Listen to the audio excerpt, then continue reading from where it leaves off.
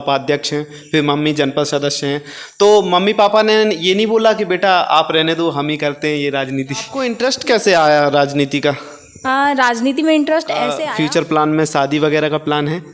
शादी एक ही बात बोलना चाहूँगी कि अपने लिए तो जानवर सोचते हैं, दूसरों के लिए सोचो तो एक अलग पहचान बनेगी। तो अगर उनसे नहीं हो रहा है तो वो आगे बताएंगे, जनपद में बताएंगे।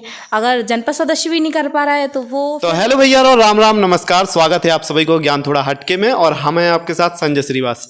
भैया रो आज अपन आए हैं नौगांव और इतने मिलवे वाले हैं अपन एक युवा कह सकते हैं जो राजनीति में अब नई नई उभर रही हैं, अपने ओबीसी समाज को लेके, अपने पिछड़ा वर्ग को आगे दिखावे के लाने और आगे उभर के आई हैं, उनके हक के लाने लड़ाई में नजर आते हैं। अक्सर आपने अपने देखो हुई है, अब कई जन आंदोलन और आंदोलन ज्ञापन में आपको नजर आई हुई हैं। तो भैया रो आज आपको उन्हीं से मिलवाने वाले हैं और आज उनको इंटरव्यू है और बहुत ही खास इंटरव्यू होने वाला है।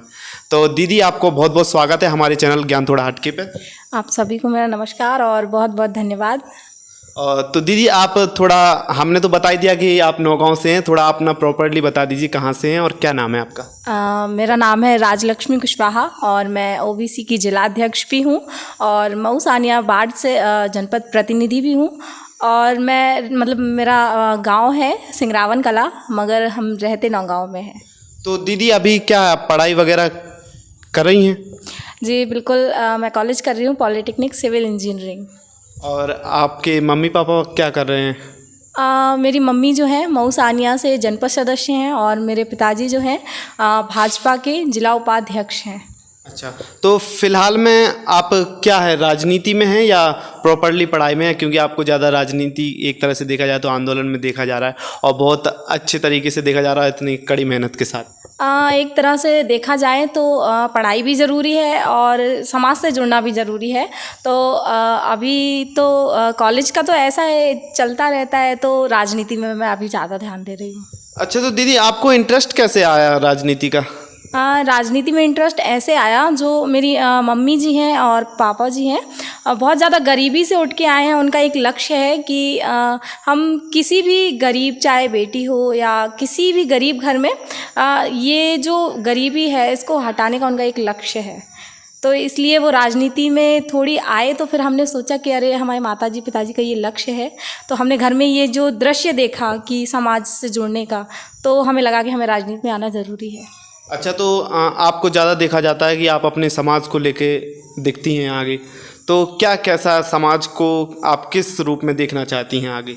हम हमारे समाज को बहुत आगे बढ़ते हुए देखना चाहते हैं। जो हमारे, आपने कभी भी देखा होगा किसी भी समाज में, चाहे हमारे एससी हो, एसटी हो या ओबीसी हो, किसी मतलब बहुत कम पोस्ट पे नज़र आता है, जैसे पुलिस वर्ग हो गया कोई भी। तो मैं चाहती हूँ कि सबसे आगे हमारा ओबीसी समाज रहे और एससी एसटी भी। तो मैं सभी समाजों को आगे बढ़ाने के लिए प्रयास करती हूँ। तो दीदी आप राजनीति क्षेत्र में इतनी कम उम्र में आने का क्या कारण है?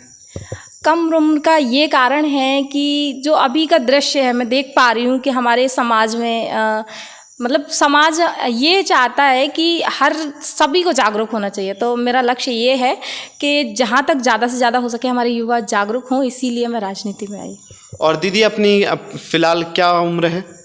उम्र तो अब हमारी ऑडियंस बताएगी। ये सवाल तो मैं हमारी जनता से पूछना चाहूँगी। और दीदी एक और सवाल है कि आपसे लोगों का सवाल रहा होगा कि लोग तो पढ़ लिख कर इंजीनियर डॉक्टर बन जाते हैं और अच्छी जॉब के लिए, अच्छी सरकारी नौकरी की तलाश में रहते हैं, तो आपका कुछ ऐसा उद्देश्य है? तो मैं एक ही बात बोलना चाहूँगी कि अपने लिए तो जानवर सोचते हैं, दूसरों के लिए सोचो तो एक अलग पहचान बनेगी। तो मैं यही बोलूँगी कि दूसरों के लिए जहाँ तक है अच्छा करो, तो आपके साथ कहीं ना कहीं अच्छा ही होगा। बिल्कुल बिल्कुल, और ऐसा तो होना ही चाहिए। अगर जब तक हम अपनी समाज को लेकर नहीं बढ़ेंगे आगे, तो उस क्षेत्र में जाने का ही क्या मतलब है जब तक अपनी समाज को ना उभारें। बिल्कुल। तो आपका क्या मोटिव है एक तरह से अपनी समाज को लेकर, और अपनी समाज को क्या कैसी व्यवस्थाओं में कैसे उनको लाभार्थी बनाना चाहते हैं, क्या क्या लाभ दिलवाना चाहती हैं? मैं हमारी समाज में सबसे पहले तो चाहूँगी कि हमारे जो युवा भाई हैं या बहनें हैं सब शिक्षित हों। और इसमें तो मैं चाहूँगी कि चाहे घर में कोई भी सदस्य हो, चाहे माताजी हो, पिताजी हो, भाई हो, बहन हो, बुआ फूफा, किसी को भी मैं सबसे पहले यही बोलूँगी कि हमारे समाज में लोगों को ज़्यादातर शिक्षित होना चाहिए। और दीदी एक बात और जैसे कि अपने जो लड़की रहती हैं, लड़की समाज को ज़्यादातर कहीं जाने घूमने फिरने का और बहुत ही ज़्यादा एक आपने तो फिर राजनीति का क्षेत्र चुना है, तो इस क्षेत्र में तो बहुत ज़्यादा परेशानियां देखनी पड़ती होंगी आपको। क्या क्या परेशानियां देखनी? परेशानियां ये देखनी पड़ती हैं कि कहीं भी देखो लड़की को अगर कहीं जा रही है वो, तो सबसे पहले तो यही मिलता है कि आस पड़ोस के बोलते हैं अरे तुम अपनी बिटिया को ऐसे भगाया ये वो। तो सबसे पहले क्वेश्चन तो यही मिलता है पड़ोसियों से, रिश्तेदारों से। और कल के दिन अगर आपकी बेटी कुछ अच्छा कर दिखाती है तो फिर वही पड़ोसी बोलते हैं अरे आपकी बिटिया ने जो कर दो। तो सबसे पहले तो हम हमारे समाज को एक ही बात बोलना चाहें कि जहाँ तक है ज़्यादातर अपनी बेटियों को आगे निकालो, उन्हें बढ़ने दो आगे, क्योंकि वो कुछ ना कुछ ऐसा करके दिखा सकती हैं जिससे आपका नाम आगे बढ़े। तो दीदी अपने जो मम्मी पापा हैं वो राजनीति क्षेत्र में हैं, अपने पापा जो जिला उपाध्यक्ष हैं, फिर मम्मी जनपद सदस्य हैं, तो मम्मी पापा ने ये नहीं बोला कि बेटा आप रहने दो हम ही करते हैं ये राजनीति? नहीं, मम्मी पापा ने इसलिए नहीं बोला क्योंकि वो चाहते हैं युवाओं को जगाओ तुम, क्योंकि जब तक तुम समाज में आगे नहीं बढ़ोगी, आगे नहीं निकलोगी, तो अगर कल के दिन अगर मुझे कोई बेटी देख के आगे बढ़ रही है तो मेरे लिए बहुत अच्छी बात है, या कल के दिन कोई युवा मुझे देख के आगे बढ़ रहा है तो ये मेरे लिए बहुत ज़्यादा गौरव की बात है। और दीदी एक और बात हमने देखा है कि आप जो इस क्षेत्र में जितने भी अभी क्रिएटर हैं वो सभी आपसे जुड़े हुए हैं, उसका क्या कारण है, कैसे आपसे जुड़े हैं ये सब लोग? कहीं ना कहीं शायद मतलब मेरा जो नाम है, अभी मैं बहुत छोटी सी उम्र में मैंने कहीं ना कहीं छोटा सा नाम कमाया है आप सबकी कृपा से, तो सब मुझसे जुड़ना चाहते हैं। तो चाहे क्रिएटर लाइन में हो चाहे किसी भी लाइन में हो, तो सब कहीं ना कहीं चाहते हैं कि अरे मुझे उन दीदी से मिलना है। और दीदी एक और सवाल है कि जब लोग देखते हैं आपको, और हमने भी देखा है कि आप जब फील्ड में देखते हैं ज्ञापन आंदोलन में, तो एक तरह से इतनी कड़ी और उतना जोश चेहरे पे दिखता है, उसका क्या कारण है?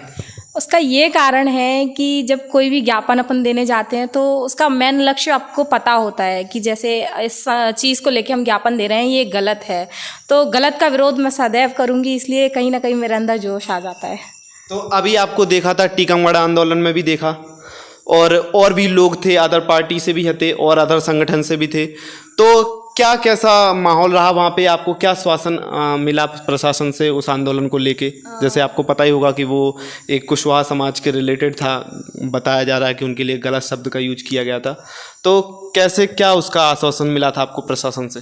जो कि हमारी टीकमगढ़ क्षेत्र में जब हम गए तो वहाँ पे हमारी बस शासन से एक मांग थी कि एसपी और कलेक्टर को सस्पेंड किया जाए। वो इसलिए क्योंकि उन्होंने कोई कार्रवाई नहीं की, उन्हें मतलब पता था कि ऐसी अश्लीलता हमारे समाज में फैलाई जा रही है एक वीडियो के द्वारा।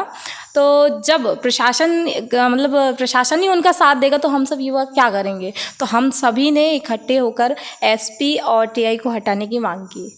तो दीदी एक और सवाल है, आप उस पर थोड़ा गौर करिएगा। और जैसे अपने जहार भैया हैं तो वो भी अपने कुशवाही समाज से आते हैं, और उनकी कुछ वीडियोस थी, उन्हीं को रिलेटेड ये आंदोलन रखा गया था, और बता रहे हैं कि वैसे उनसे रिलेटेड तो नहीं था खास, उनने पूरी कुशवाहा समाज के लिए वो शब्द थे, लेकिन कहीं ना कहीं देखा जाता है तो एक अटैचमेंट देखने के लिए मिलता है जहार भैया का कि उनने गलत वीडियोज़ बनाई थी, उनको लेकर ये सब देखने के लिए मैं कंट्रोवर्सी, तो सच में ऐसा कुछ था? मैं सबसे पहले तो बोलना चाहूँगी कहीं ना कहीं जहार भैया की थोड़ी गलती तो थी। वो इसलिए थी क्योंकि उनने थोड़ी अश्लील वीडियो तो बनाई, मगर जहाँ तक देखा जाए तो अगर सोशल मीडिया पे अगर आप सोशल मीडिया खोलते हो तो उससे कई गुना ज़्यादा अश्लीलता दिखाई देती है। मगर जहार भैया का उद्देश्य ये नहीं था। जहार भैया कहीं ना कहीं अच्छा काम कर रहे थे, इसलिए उन्हें फ़ैन फॉलोइंग आप देख सकते हैं, तो कहीं ना कहीं उन्हें पब्लिक भी बहुत सपोर्ट कर रही थी। तो जहार भैया का लक्ष्य ये नहीं था। जहार भैया मतलब चाह रहे थे, उनने बुंदेलखंड का भी नाम गौरव मतलब मैं भी उन पर गौरव करूँगी, कहीं ना कहीं उनने हमारे बुंदेलखंड का नाम ऊँचा किया है, लेकिन कहीं ना कहीं थोड़ी सी गलती जहार भैया की थी।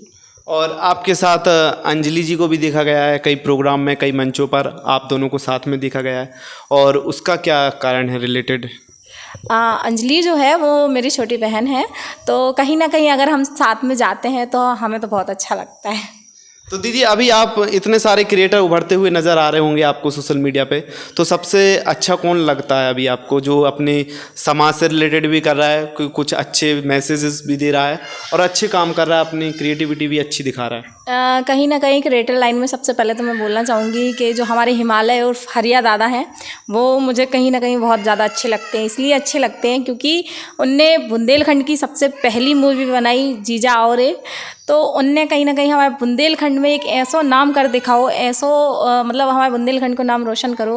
उनने सबसे पहले मूवी बनाई थी तो हमें वो बहुत अच्छी लगी।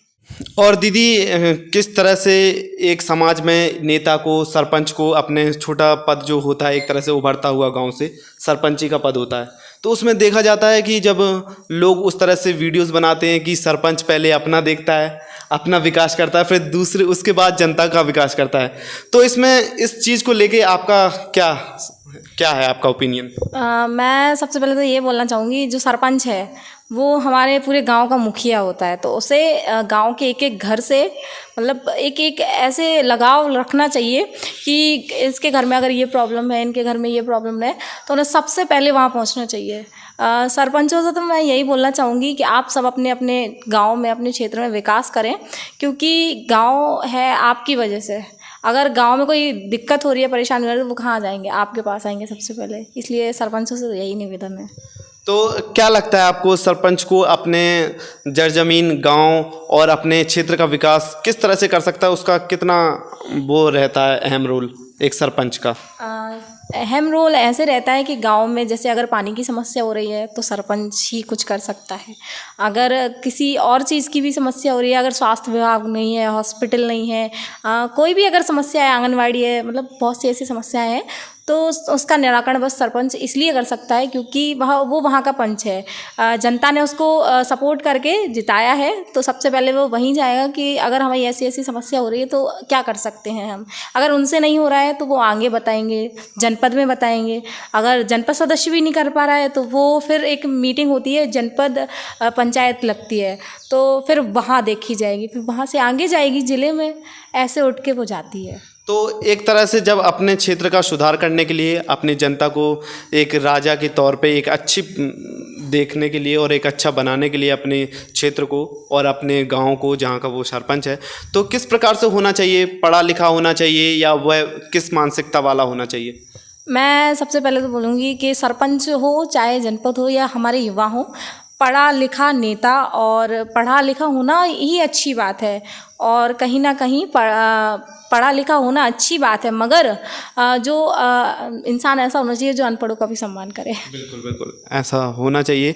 और एक तरह से ये भी होना चाहिए कि जिस प्रकार से अपने बुंदेलखंड में देखा जाए तो ज़्यादा पलायन होता है। हाँ। लोग बाहर काम करने के लिए जाते हैं। हाँ। तो एक उनका वो भी होता है कि लोगों को अपने गांव में ही रोजगार दिया जाए। हाँ। और जो भी सड़क बन रही है, पानी के लिए टंकी की व्यवस्था बन रही है, तो उसमें जो लेबर मजदूर की ज़रूरत पड़ती है, तो उसमें ऐसा हो कि साथ में रोज़गार भी मिले और गांव का विकास भी हो। तो ऐसी क्या क्या योजनाएं रहती हैं एक सरपंच को मिलती हैं? ये योजनाएं जैसे सड़क से रिलेटिव हो गई, और वृक्षारोपण हो गया, और मतलब तालाब के बहुत से काम हो गए, और गौशाला है, तो ऐसी बहुत सी चीज़ें सरपंच को दी जाती हैं। और दीदी, आप जैसे राजनीति में अभी आई हैं, तो अभी आपका आगे क्या सपना है? आगे किस पद पर देखना चाहती हो आप अपने आप को? पद की बात ऐसी रही फिर तो वो जो हमारी जनता चाहेगी, मैं आप सबको वहाँ नज़र आऊँगी। और कहीं ना कहीं अभी मेरा ये लक्ष्य नहीं है मुझे किसी पद पे आना है। मुझे बिना किसी पद के कुछ ऐसा करके दिखाना है जो हमारी जनता कहे, अरे जी हमारी बिटिया है, इनने हमारा नाम रोशन कर दो। और आपका फ्यूचर प्लान में शादी वगैरह का प्लान है? शादी वगैरह जो कुछ है तो वो मम्मी पापा की मर्ज़ी से ही होगी। और शादी का अभी सही बताऊं तो 7-8 साल तो कोई भी उम्मीद नहीं है। अच्छा, तो अभी मतलब आप पूरा समय देने वाली हो अपने समाज के लिए, अपनी पहचान के लिए, अपने इस कार्य को लेकर? बिल्कुल, मैं अभी अपना पूर्ण समय दूंगी, पढ़ाई को भी दूंगी और अपनी राजनीति को भी दूंगी। कहीं ना कहीं मुझे अपने समाज का नाम ऊंचा करना है। और दीदी, अपने क्या भावना रहती है जब आंदोलन में उतरती हो किसी ज्ञापन को लेके उस जोशीले तरीके से, तो क्या अंदर से कैसी भावना रहती है और क्या अपने समाज को जब देखते हो तो कैसा लगता है? समाज को ये दे, मतलब अगर कहीं भी देखो, मैं अपनी मऊ सानिया क्षेत्र की एक बात उठा लूँ। हमारी जो मऊ सानिया क्षेत्र में अभी वर्तमान में मुख्यमंत्री जी आए, तो कहीं ना कहीं हम ओबीसी से आते हैं, तो हमें मंच पे कुर्सी नहीं दी गई। जनपद सदस्य हैं मगर नहीं दी गई, तो कहीं ना कहीं ओबीसी समाज पिछड़ा हुआ तो है, तो उसको मुझे आगे बढ़ाना है। अच्छा। हाँ, तो ऐसे बहुत से सुधार हैं जो आप देखना चाहती हैं और करना चाहती हैं। बिल्कुल, मैं हमारे समाज को बहुत आगे देखना चाहती हूँ, क्योंकि जो ये जो पिछड़ा वर्ग है, जो कहीं भी देख लीजिए, अगर अभी हम लोगों को 13% मतलब आरक्षण मिलता है, लेकिन हम चाहेंगे हम लोगों को 27% आरक्षण भी मिले। और दीदी, आप ओबीसी महासभा की जिला अध्यक्ष हैं, तो इस कार्यभार के लिए आपको चुना गया, तो किस प्रकार से आपकी ये जर्नी रही है, कैसे चुना गया, आप में क्या प्रतिभाएं देखी गई हैं? जनरी ये रही कि मैंने 3-4 मंच किए, मेरे साथ में बहुत महिलाएं नज़र आईं, तो फिर मुझे सोचा गया, मतलब अध्यक्ष जो है हमारे तीरथ सिंह कुशवाहा जी, उनने, भैया जी ने देखा कि ये लड़की है जो बहुत फील्ड पे काम कर रही है, इसको कोई पद देते। मुझे ऑफ़र तो बहुत पहले भी आए थे, मगर मैंने सोचा नहीं, अभी नहीं, अभी मेरी एज नहीं है। एज मतलब इसमें एज मायने नहीं करती, इसमें तुम्हारे विचार, इसमें तुम्हारी विचारधारा क्या कह रही है, इसमें ये मायने करता है। तो फिर भैया जी ने सोचा कि अगर ये बेटियों को आगे निकाल सकती है, तो कहीं ना कहीं इसको एक मौका तो देना चाहिए। और तो दीदी, बिल्कुल अपने अब इंटरव्यू की समाप्ति की ओर बढ़ते हैं, और आपका कोई मैसेज हो अपनी पब्लिक के लिए, अपने समाज के रिलेटेड हो, तो ज़रूर दे सकती हैं। मैं हमारी समाज से और हमारी बेटियों, युवाओं, सबसे बोलना चाहूँगी कि सबसे पहले तुम अपनी सुनो, तुम में क्या लग रहा है, तुम कहाँ किस क्षेत्र में आगे बढ़ रही हो, तुम क्या करना चाहते हो, तो तुम सबसे पहले वो सुनो। ये मत सुनो कि पड़ोसी क्या कह रहे हैं, रिश्तेदार क्या कह रहे हैं, तुम बस ये देखो कि हमारे पेरेंट्स खुश हैं, और तुम वो करो जो तुम्हारा मन कह रहा है, क्योंकि दूसरों का काम ही है यही कि भैया तुम आगे ना बढ़ पाओ, हमारा बच्चा आगे बढ़ जाए। तो मैं यही बोलना चाहूँगी कि अपनी सुनो, अपने मन की करो और आगे बढ़ो। बिल्कुल दीदी, आपका बहुत बहुत धन्यवाद हमारे लिए इतना कीमती समय निकालने के लिए और हमारे दर्शकों के लिए। तो मिलते हैं इसी तरह के और ख़ास इंटरव्यूज़ के साथ अपने बुंदेलखंड के ऐसे कलाकारों और ऐसे युवाओं के साथ, जो इतने अपने समाज को लेकर, अपनी जनता को लेकर, अपने क्षेत्र की बढ़ावा में और आगे उभर के आते हैं। तो इसके लिए आपका बहुत बहुत धन्यवाद, और मिलते हैं इसी तरह के इंटरव्यूज़ के साथ। तब तक के लिए जय हिंद, जय भारत, जय बुंदेलखंड।